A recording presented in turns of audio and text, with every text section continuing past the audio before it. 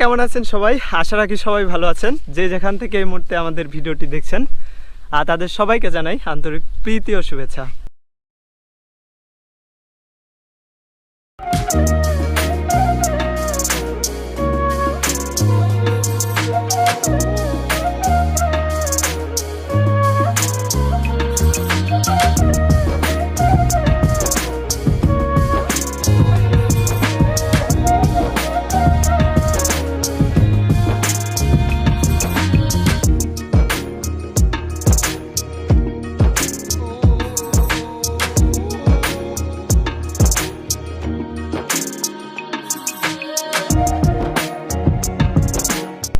আবারও চলে আসলাম আপনাদের মাঝে একটি নতুন ভিডিও নিয়ে। ভিডিওতে কি হবে জানি না, ভিডিওটা শুরু করলাম, বকুল ভাই ওই পাশে লাইভ করতেছে, তা আমার আসলে খাইয়ে দেয় কাজ নাই, তার জন্য আমি ক্যামেরা চালু করছি। এই যে দেখেন, মনে হয় ভিডিওতে আমাকে দেখাচ্ছে। এই যে আমাদের ব্লগার চলে আসছে, এখন তো লাইভ অনেকজন দেখতেছে।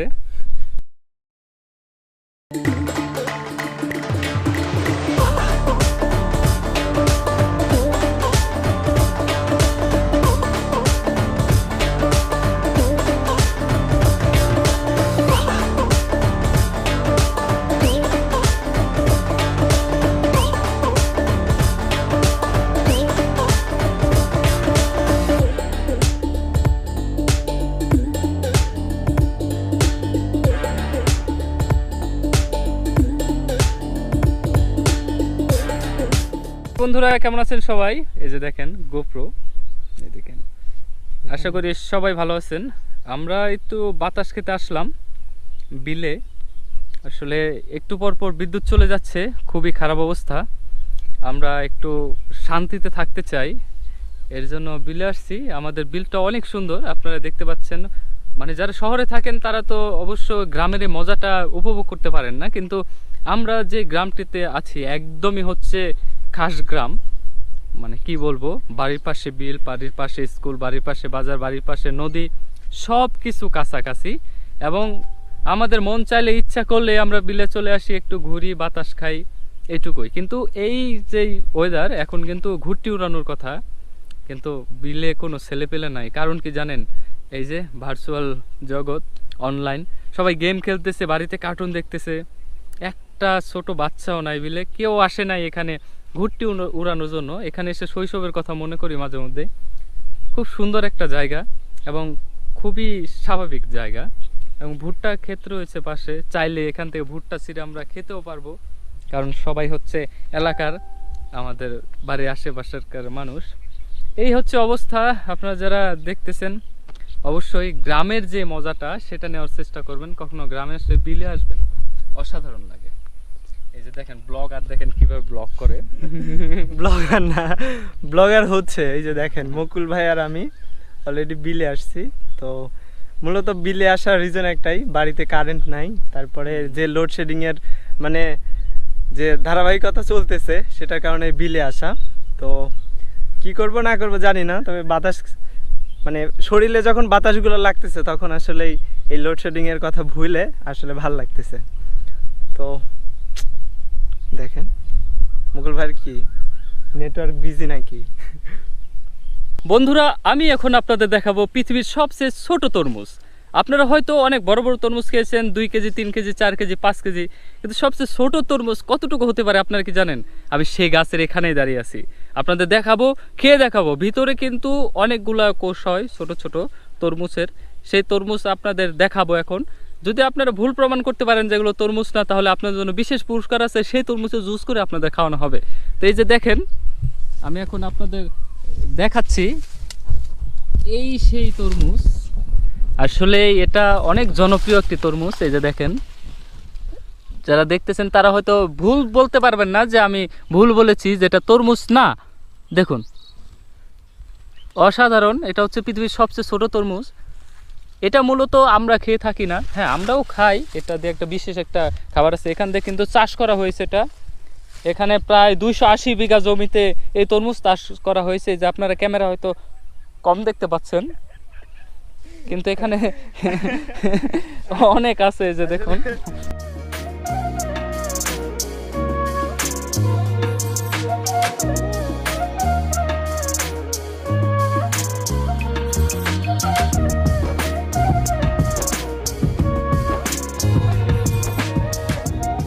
প্রচুর বাতাস।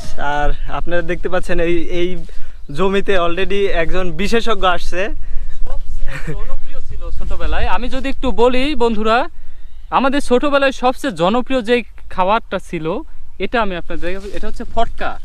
এই যে দেখেন, এটা হচ্ছে সেই জনপ্রিয় ফটকা যেটা কিন্তু আমরা ছোটবেলায় খেয়েছি। এটা যে সরি, এটা হচ্ছে পাকাটা।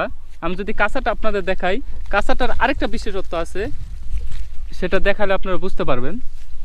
এই যে কাঁচাটা আমরা এইভাবে ধরতাম, ধরে এভাবে দিলে ঠাস করে ফুটতো। এটা অলরেডি ছিদ্র হয়ে আছে, এর জন্য শব্দ হলো না, আপনাদের শব্দ করে দেখাচ্ছি। এই যেরকম থাকতো। এনিওয়ে, এখন ঘটনা হচ্ছে এই যেটা হচ্ছে পাকা অংশটা, এটা তো পোকা খাইয়াও দেখান যেত না, দুঃখে মা ওই। এই যে এটা হচ্ছে পাকার ওয়াও, এটা ঠিক আছে। এই যে এটা এত মজা, বিয়ার গেল যদি এটা একবার খাইতো ও বাংলাদেশে থাকতো আর যাইতো না। একটু খেয়ে দেখি, পাগল টাগল হয়ে যাম না তো। এটা সহজেই খাওয়া, ক্যামেরার আর খাই এসে রিয়াকশন দেয়। আপনি ক্যামেরা চালুই আছে, আপনি 2-3টা আপনি খান না, মজা আছে। আমি আস্তে আস্তে অলরেডি 2-3টা খাইছি। মিষ্টি, এটা কিন্তু ছোটবেলা অনেক খাইছি, এটার সাথে অনেক স্মৃতি জড়িত আমাদের। এখন বড় হয়ে গেছি, অত বড় হই নাই, কিন্তু এখন এটার যে স্বাদ আসলে শৈশবকে মনে করে দিচ্ছে।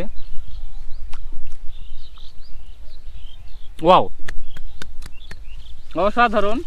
অনেক রয়েছে, আমি কিছু নিয়ে যাই। ওমা, সব ফাঁকা ফাঁকাকে। এই যে একটা পাইলাম, ওই ঠ্যাং 4 দিন খুঁজলে একটা পাওয়া যায়। এই যে আরো রয়েছে।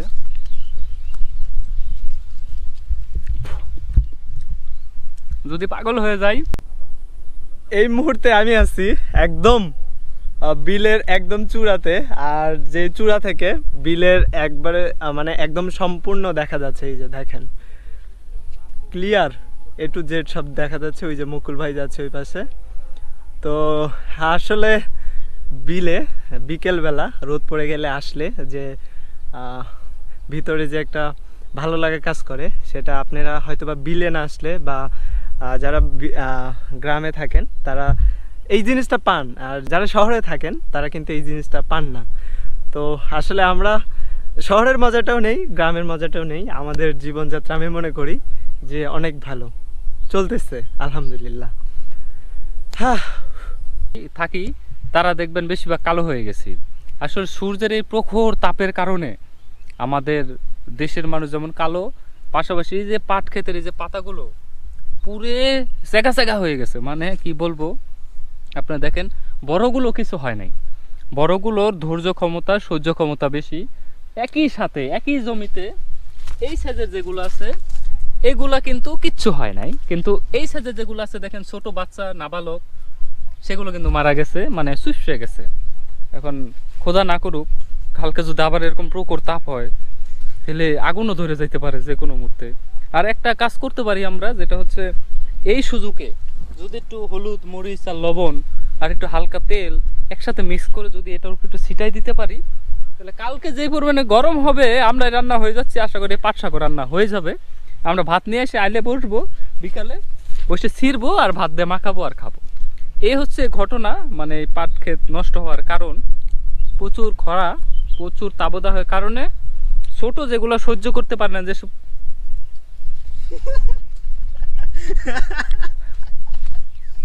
এই ক্ষেতের গুলো তো ছোট। এইবার বলেন, উনি এতক্ষণ মানে ব্যাখ্যা দিচ্ছিলেন হ্যাঁ, যে এক এক পাশের এক ক্ষেতে মারা গেছে, তো আরেক ক্ষেত উনি দেখেননি। তো এবার যখন দেখলো, এবার আপনার কথা বলেন। না, কারণ আমি যদি বলি অনেক সময় নির্ভর করে, ধরেন ওই বাড়ির ছেলে তাড়াতাড়ি বড় হয়ে গেছে, লম্বা, এই বাড়ির ছেলে খাটো।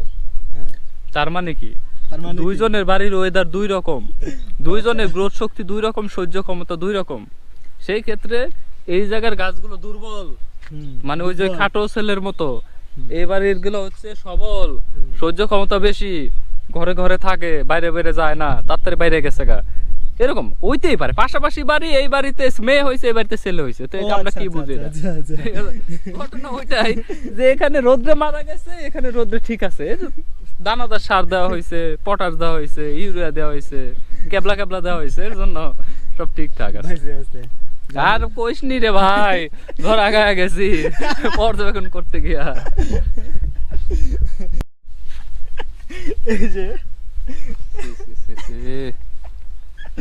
কেসা মজাক হ্যাঁ, বলতে বলতেই দিলাম পা কাদাতে, মানে যে সাবধান করে সেই বলে মরে, এই হচ্ছে বিষয়। ভালো মানুষ এমন না শুধু উনি, আমিও পড়ে গেছি। তো ব্যাপার হচ্ছে দেখতে পাচ্ছেন প্রচুর পরিমাণে পাট হয়েছে, আর আমরা মূলত এখন আবার কাটে গেল। আয় হায় রে, এটা কোনো কথা? আজকে এতটুকুই, বিলে সম্পূর্ণ ঘোরা শেষ, আর অলরেডি সূর্যকে খুঁজে পাচ্ছি না, একদম অস্ত চলে গেছে। আর এই মুহূর্তে আমি আর মুকুল ভাই হাঁটা শুরু করছি। রাস্তা কই? আমি ফাইসা গেছি, এই সেখানে এদিক দিয়ে যাব, এদিক দিয়ে জোর করে চলে যাব এখন। আর বিলের আবহাওয়ায়, বিলের বিকেলের সুন্দর আবহাওয়ায় অলরেডি আমাদের ঘোরা কমপ্লিট। এখন বাড়ির দিকে যাব, আর ময়লা আবর্জনা পাড়ি দিয়ে, মানে ঝাড় জঙ্গল পাড়ি দিয়ে যাচ্ছি। তো আজকে এতটুকুই, আবার দেখা হবে অন্য কোনো ভিডিওতে। ভালো থাকবেন, সুস্থ থাকবেন, আল্লাহ হাফেজ।